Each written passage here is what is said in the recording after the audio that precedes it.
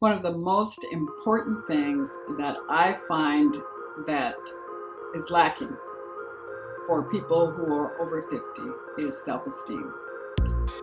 We've got a whole lifetime of baggage that comes along with us, especially if we've been in a long marriage or a number of long-term relationships that have left us scarred.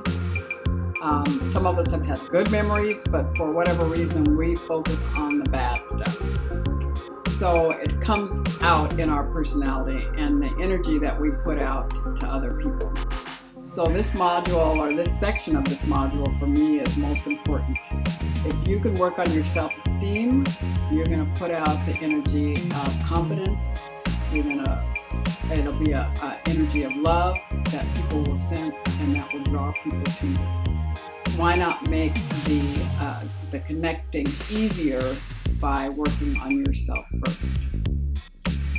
Now, one of the questions that I like to ask people first is, how do you feel about yourself? Who do you think you are? Do you think of yourself as in good terms? Do you think of yourself in bad terms? Do you think of yourself the way you think other people see you? Or do you have a list of good things that come to your mind when you think about yourself? One of the things that I recommend that people do first of all is make a list. Make a list of all of the good qualities that you feel that you have. And sometimes it takes people a while to do that. If that's the case, take your time. It's not something you have to do in a hurry. And if you can't think of some things, ask a friend. Ask a close friend. Tell me something that you think is a good quality that I can write down on my list. Let your friends know what you're doing. They're going to be on your side to help you meet somebody new. So they're going to want to help. One of the things that I've noticed in working with both men and women over the age of 50 is that as women, we are really, really hard on ourselves. We think about all the things that I'm not pretty enough, I'm not young enough, or I'm too heavy, I'm too skinny, I'm too short, I'm too tall. Whereas men, on the other hand, they don't think about those things at all. When it comes to self-esteem and attraction, both men and women, we have huge expectations. And I think men expect more. They expect the younger, fitter. They want somebody who's kind of eye candy. And one of the things that I ask some of my men clients is that's great. You should have high expectations, but what do you bring to the table that will attract that type of person? And same thing for women. I know lots of women who are beautiful people inside and out who don't see themselves that way and will do cosmetic surgery when it doesn't need to happen, or some things that they'll try to be overfit because they think as they have gotten older. We've got a little bit of a dichotomy going on with everyone. And one of the things that I learned going through my dating process is to be the best person that I could be. If there was an area in my life that I wanted to change, that I felt needed improvement, then work on that. But I'm not going to be the same as everybody else. So each person has their focus on what they want to do to be better. And it's all going to be different for everybody.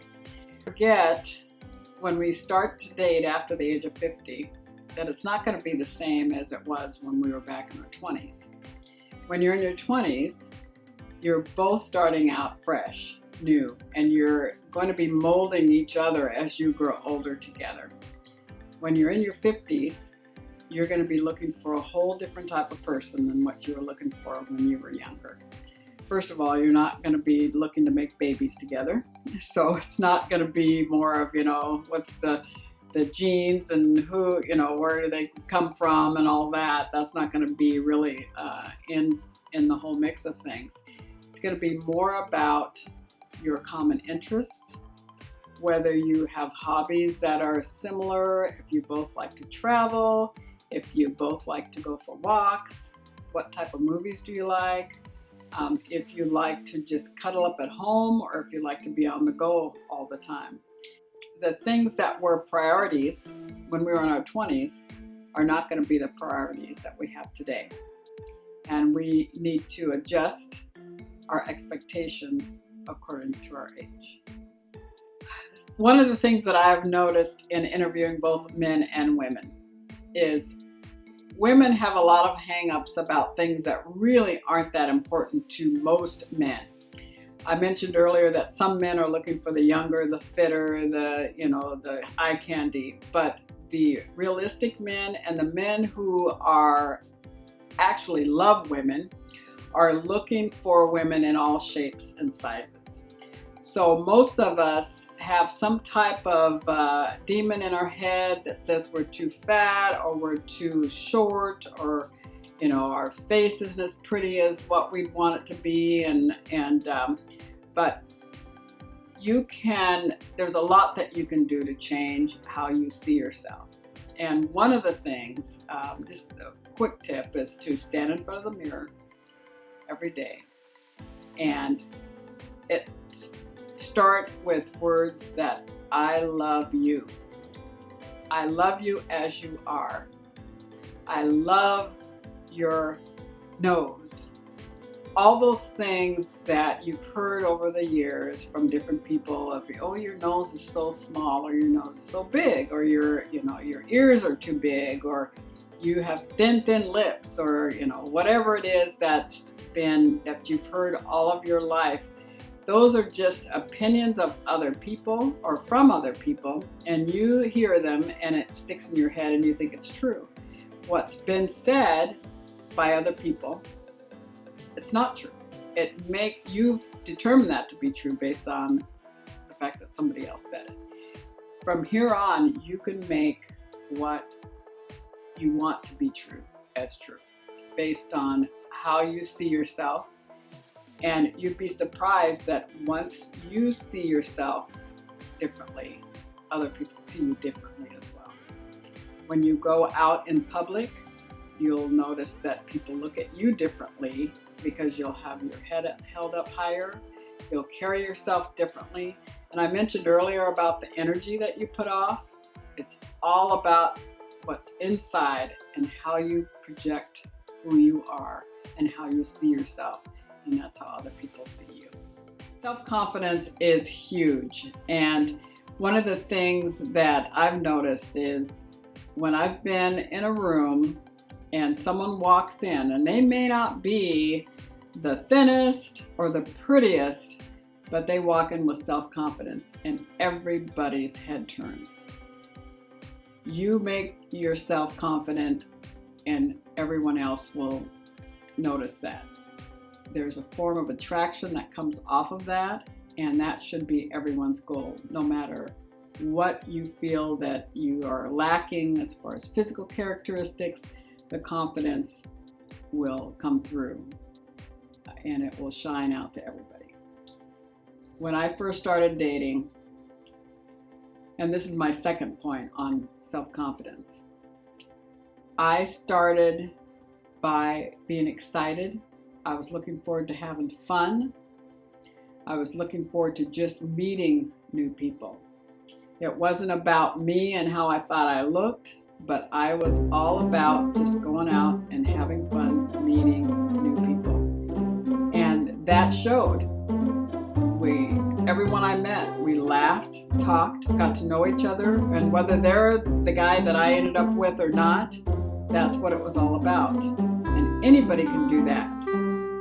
Don't look at the dating process or your self-assuredness or self-confidence as this big wall that you've got to hurdle over.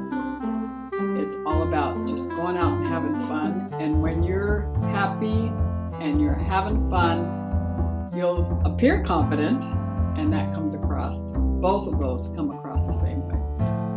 We're at an age where we're smart enough to know what's true and what's not true.